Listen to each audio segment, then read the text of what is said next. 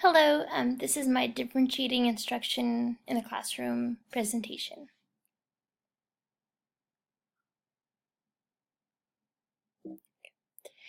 What is differentiated instruction? Differentiated instruction is an approach teachers take to adjust curriculum and instruction methods to better meet the individual needs of the students in their classrooms. Differentiated instruction, it does not just meet the needs of students with disabilities, but also you can use it to incorporate students where English is not their first language, where it's their second language, and so they will need some additional supports. Or you can use it for students that are more advanced and they just need some enrichment. So it's not just for students with disabilities.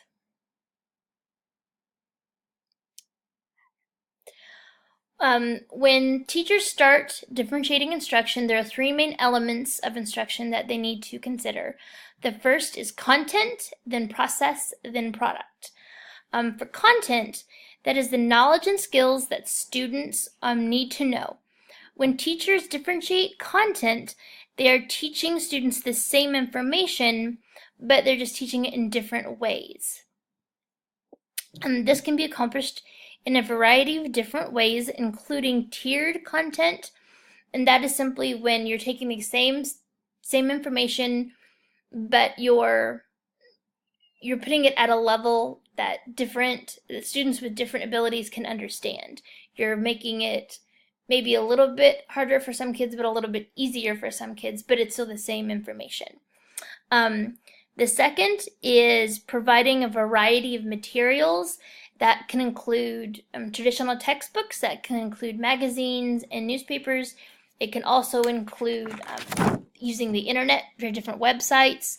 You can use videos, you can use computer games, any number of different things. You can also address presentation styles. Rather than just like the classic lecturing, they can present content through group discussions, through read-alouds in a small group, through showing the content through like screens on on their screen on the computer, or on a short video clip. They can model it by demonstrating different skills or using manipulatives. They can also use scaffolding, learning contracts, and compacting. The second element that we are going to discuss is process, and that is when teachers differentiate process. They teach the same content, but the manner that the students learn it can be different. Different strategies for differentiating process can include, again, the tiered activities. They can include learning centers, and this is when you'd have different areas of the classroom that would be organized around a specific topic, a theme, or a skill.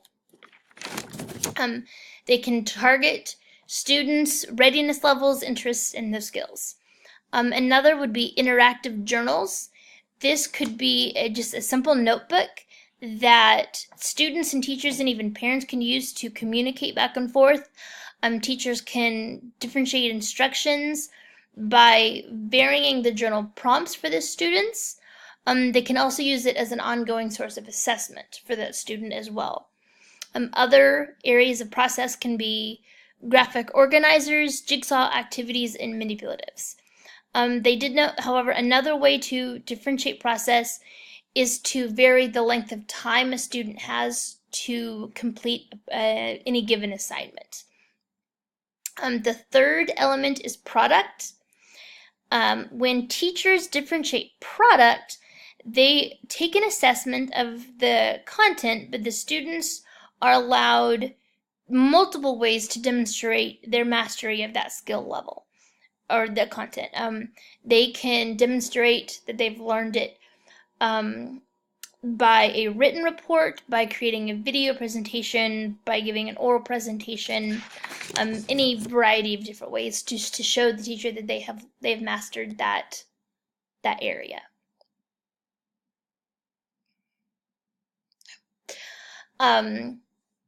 How do teachers differentiate instruction? To best differentiate instruction for their students, teachers, first they need to know their students. They need to know they need to know all kinds of different things about their students. The 3 areas that they look at are readiness, interest, and learning profile. For readiness, it is a student's knowledge or skill level regarding that given content. Students' readiness may vary greatly depending on the subject or the content area. They can know a lot about like the Civil War, but not necessarily know so much about the Revolutionary War. So they're going to know some things and not other things. Students' readiness can also be influenced by their own background, their family life, their knowledge, their previous knowledge and life experiences. To assess readiness, that can happen through formal or informal testing. It can happen by the teacher examining the student's academic record and previous work they have completed, or it can be by asking a student to complete a KWL chart. That will give the teacher a very concrete idea of what the student knows, what they want to know, and what they hope to learn in the future. The next area that they would discuss is interest. This simply refers to the topics, the skills, the activities that interest that student. These are things that the students are naturally going to be curious about.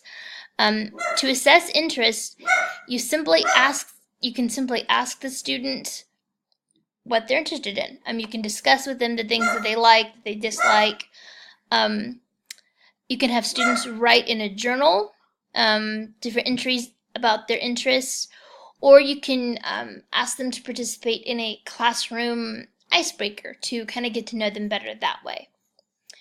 A student's learning profile, it is simply means of the student's preferred method of learning a new skill or new set of information. Environmental factors that can influence students.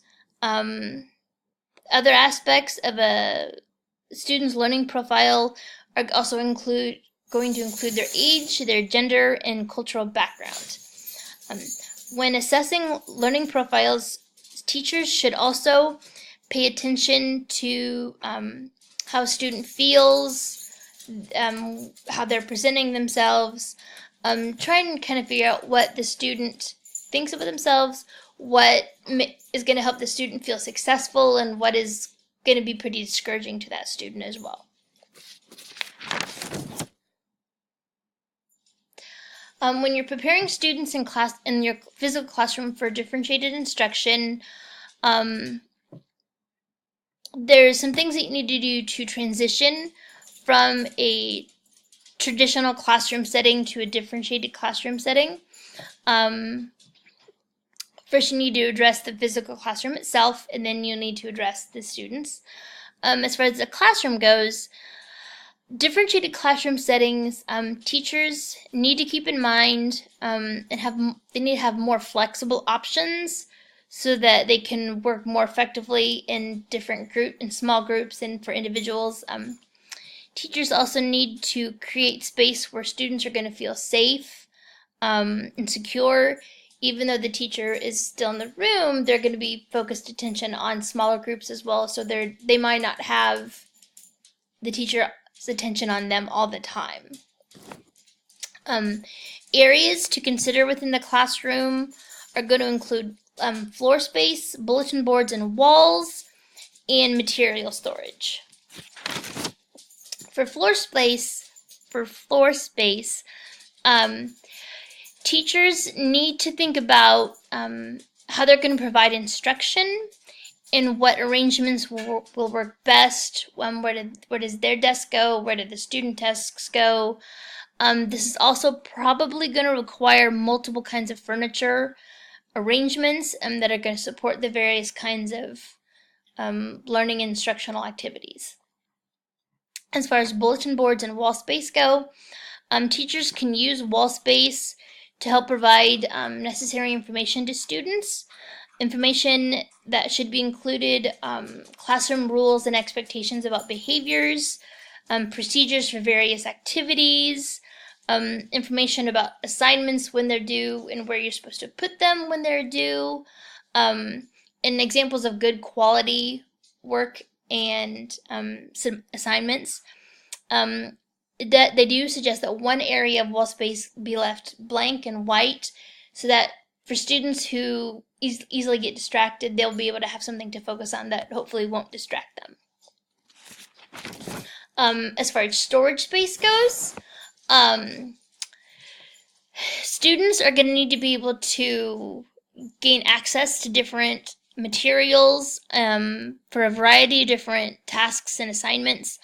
They need to be able to access those fairly easily without having to get the teacher to come, hey, can you help me get this? And hey, can you come help me get that? They need to be able to independently go and get those materials on their own. So they need to be easily accessible to students. They need to be clearly labeled.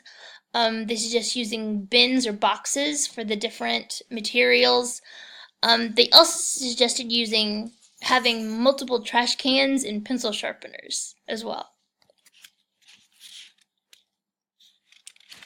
As far as the students themselves go, it begins with establishing rules, procedures, and expectations. This is going to help the students identify and define what is acceptable behavior and what is not. It will also help them monitor their own behavior as well. Classroom behavior management systems should include, they should be positively stated. They should use simple, specific terms. They should be easily measurable and observable, and they should convey clearly expected behaviors. There should be a clearly laid expectations for procedures as well. Procedures not limited to, but including working in small groups, maintaining appropriate noise level, transitioning from one activity to another, managing their time, acquiring and returning necessary classroom materials.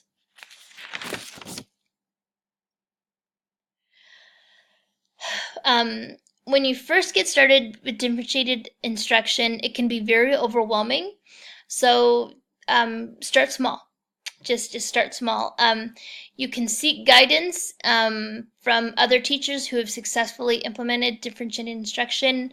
Ask them, what did they do that worked? What did they do that didn't work? Just get some guidance and some encouragement from them. Begin with one element in one subject area with one small class.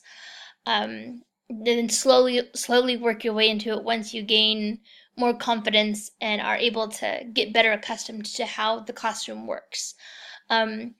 Definitely start with a class that's easy to work with. Start with students that are going to be flexible and kind of go with the flow. And you definitely want to try and identify and provide additional support to students that are struggling. Differentiated instruction does not look like just standing up and giving lecture, just talking to the student. Instead, you want to implement a blend of large group and small group, and then one-on-one discussions about the material and content. Groups that are student-based, that's based on outdated and irrelevant test scores, you don't want to do that. You want to base your groups on continually reevaluating the students and adjusting to meet the continually changing needs of those students. In closing, differentiated instruction addresses the need for evolving teaching strategies that incorporate the greater variety of individual students. It provides flexibility, versatility, creativity, and ingenuity in the classroom. The overall goal of differentiated instruction is for student growth and definite success. I hope you enjoyed this and you learned something interesting. Thank you very much.